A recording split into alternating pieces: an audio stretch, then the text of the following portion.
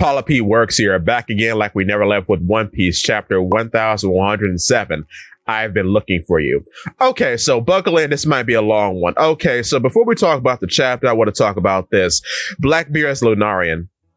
He's not a Buccaneer. I know we've been talking about that a lot. But you know what's interesting about Egghead as a whole?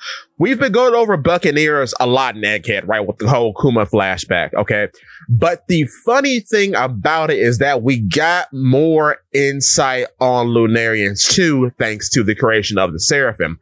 The reason why this is interesting is because Sky people, or just winged people as a whole, have never had hybrids up until now with the various Seraphim, because we got a Fishman Seraphim, we've got a Buccaneer Seraphim, we got a Kuja Seraphim, we've got a human hybrid Seraphim, we got another human hybrid Seraphim in the form of a celestial dragon with Doflamingo, and then we might perhaps have an Oni Seraphim with Gecko Moria Seraphim, if he is indeed an Oni. I've always thought he has been.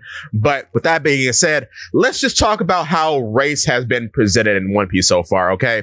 So, in Arlong Park, we are introduced to the Fishmen, right? We get a whole scope of what Fishmen are, and we kind of get a small preview, even though it's more of a joke, of there being mermaids, because Sanji envisions Nami as being a mermaid. So you could say that we get kind of the full thing there, even though not really, okay? So moving on, we then get a Fishman hybrid in Logtown, because the fishmonger named Sappy is a human Fishman hybrid. Moving forward from that, we are introduced to our first mermaid at the tail end of the Alabasta saga in the cover story Hachi's Ocean Floor Stroll.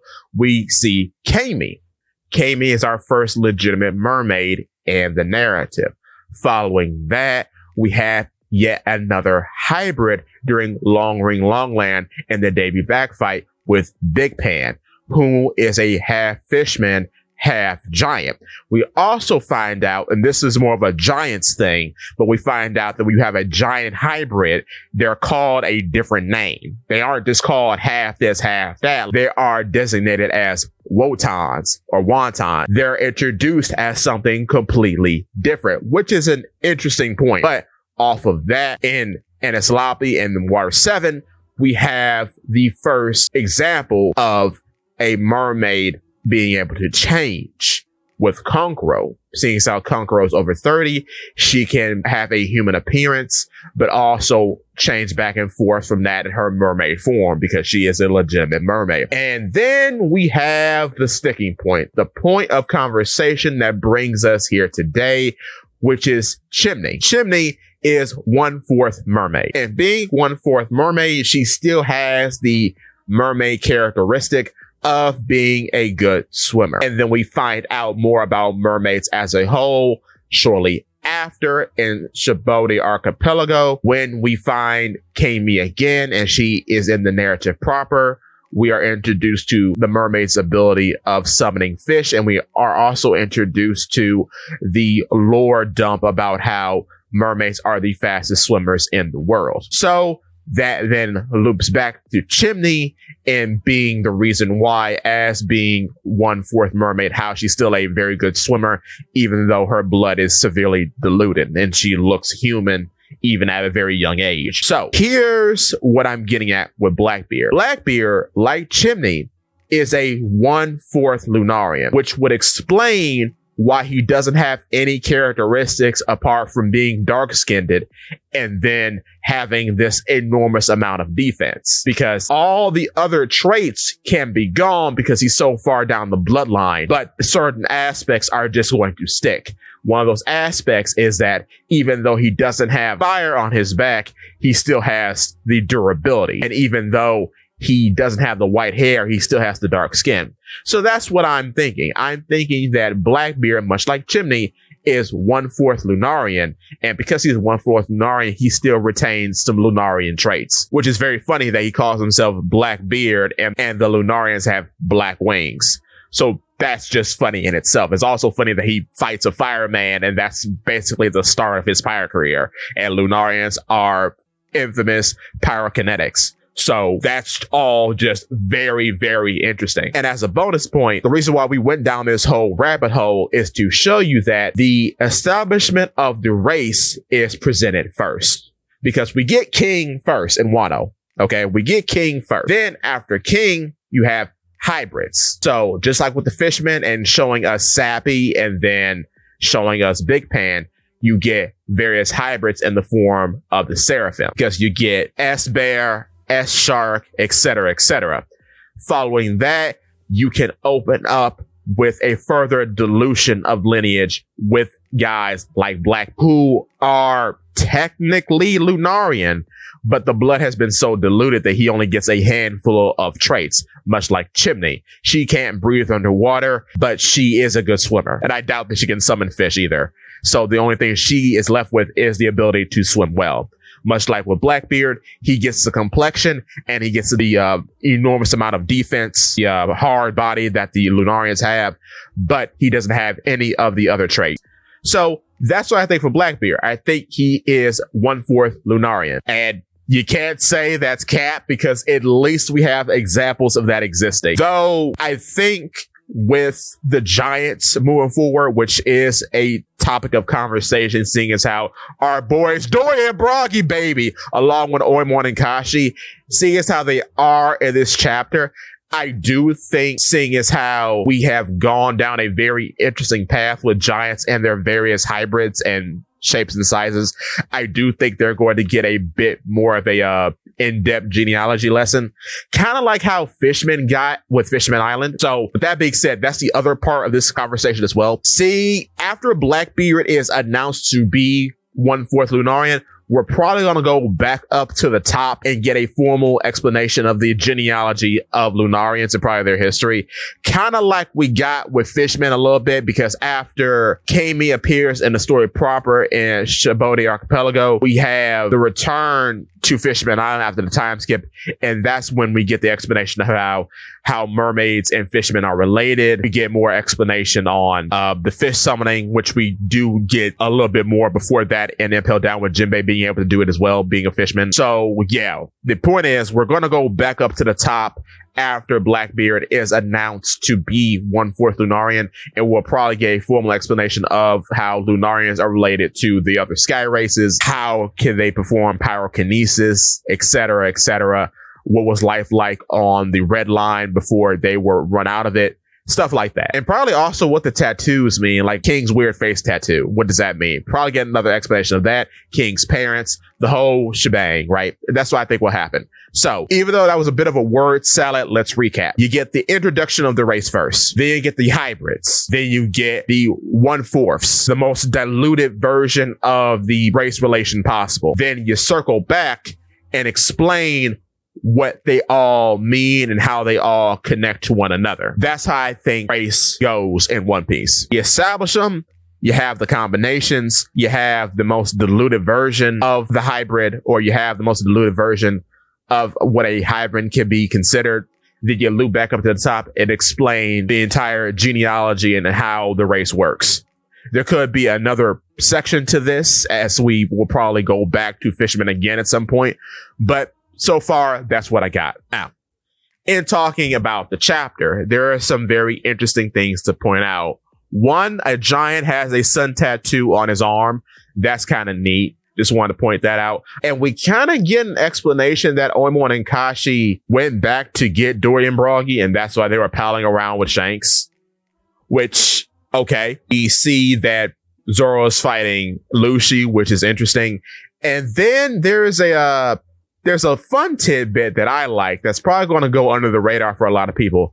The weird long neck dude that's a vice admiral with all the chins, we get a name drop for him. His name is Vice Admiral Red King. So that's good. We get a name drop for him. We don't know much about him other than he's a cyberwork, which, okay, he's got like the same type of arm that Zephyr has in Film Z. We have the breakdown between Luffy and Bonnie. Of course, Luffy doesn't know what a Nika is, which is great. I love that. But the fact that he says, I saw you throw a flabby punch earlier. And Bonnie says, well, I was trying to be like you, though. He says, I see. Let me show you how one is done. But before Luffy punches, Saturn hits him with like a psychic burst that does physical damage, which is technically a new ability because so far he was just using like weird psychic powers to hold people in place. But now apparently he can set off a psychic burst that does physical damage because as he hits Luffy, Luffy does spit up blood, but then Saturn just takes his Dawn Gatling though, which is a sick attack. It's an absolutely sick attack. Booming Dawn or Dawn Gatling is what I assume the official translation is. It's just Dawn Gatling. Super cool, super amazing. But from this exchange between Bonnie and Luffy, guys, let's be for real. Bonnie's joining. You can't tell me that after this has been confirmed, after the point of her actually recognizing Luffy as Nika, after the point of her finding her father and finding Nika at the same time, you can't tell me she's going to be like, okay, bye, I'm going off the revolutionaries. That's stupid. I'm sorry, it's just stupid. I don't see it. I don't see how that makes narrative sense. I don't understand it. I actually don't. But if it happens, it happens. But yeah, big apprentice talk. I made a video about her being the apprentice of the Straw Hat Pirates. I still think that is going to be her position because it just makes too much sense. Especially now. And Luffy teaching her how the punch is done. And Luffy teaching her how the punch is done. And Luffy being a mentor to her to show her how to make a big rubber fist properly. Brother, I don't know what to tell you. That seems like a confirm of position to me. But hey, it may not be. Though, one thing to point out, Luffy is not growing multiple arms still. He's just punching really fast. Because as he knocks Saturn away, which is crazy, we see that he just has two big fists. Also, this attack is done with hockey because his fists are blackened. And it's weird because it kind of looks like Elephant Gun, but the entirety of the arm is swollen all the way up to where it starts to connect into his body. So this is new. It's weird how visually distinct this is from Elephant Gun, though. It's very interesting. Or how distinct this is, too, from all the Gear 4 stuff. It's crazy how subtle changes can differentiate one form from the other. It's very interesting. It's very good. But Oda has always been good with that in One Piece. It's admirable. I love it. Apparently, yeah, Vegapunk is going to die. So, I don't know, brothers. Cast your bets. Vegapunk may be down for the count. And then that leads us into the next important point. Sanji blocks Kizaru, and Kizaru gets a shocked face for the first time in the manga. For the first time in the manga, period. Because Sanji blocks light. Sanji's faster than light. To get a reaction out of Kizaru. Oh my God. Do you know how amazing that is? Famously, Kizaru has not let out that he emotes about anything, but he emotes here. He's shocked. He's shocked that Sanji's able to do this. Brother, Sanji stands rise. This is our time. There is no way you can say that Sanji's not faster than light because the blast is already going off and Sanji blocks it before it makes contact with Bonnie. So yeah, no, Sanji is faster than light. Sanji is FTL because the laser's going off and Sanji interrupts it before it makes contact. You can't tell me he's not faster than light. It doesn't make sense. He's actually faster than light. Oh my days. This is incredible. Simply incredible. I'm amazed. I am simply amazed. And yeah, I guess they leave Vegapunk to die. Yeah, because he's in the next panel. Yeah, he's down there.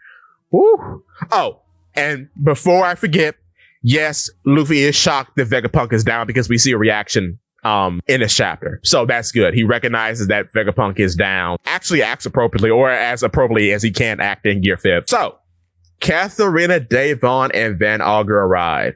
And the interesting thing about this is that we actually see how Katharina Devon's powers work. She just has to touch the person in order to copy them. We also see that, yeah, this is a devilfruit. because Catherine Devon is marveling at Saint Saturn's form. As she says, my, what kind of delicious power do you have? So yeah, he does have a devil fruit. If that was being contested, no, yeah, he has a devil fruit. So that's interesting that it works in a similar way to Bong Clay, but it's a bit more loosey-goosey. I like that, though. I like that a lot, especially seeing how she can copy clothes as well. We don't know if in touching Saturn, if it's as limited as Bong Clay, because if you remember, Bong Clay can only copy the form that he touches. So I wonder, does her power go through devil fruit abilities? Because we see when Bong Clay copies all these Straw Hats, he can only copy Chomper's hybrid form. He doesn't like turn into a reindeer or anything like that. So that makes me think that the clone fruit is very specific in what it copies. However, the dog fruit model Nine-Tailed Fox may not be like that. We also find out that indeed Catherine Devon is the captain of the 6th ship of the Blackbeard Pirates, and Van Augur is the captain of the 3rd ship. Don't know if that was confirmed already, but it's nice to get a refresher. Following that, we have the thing that I was just blabbing about a few minutes ago, that Catherine Devon says teaches special. Saturn confirms this as he mentions his lineage. Catherine is surprised by that. Van Augur states the Blackbeard Pirates' mission objective. They want to rule the world. They want the world.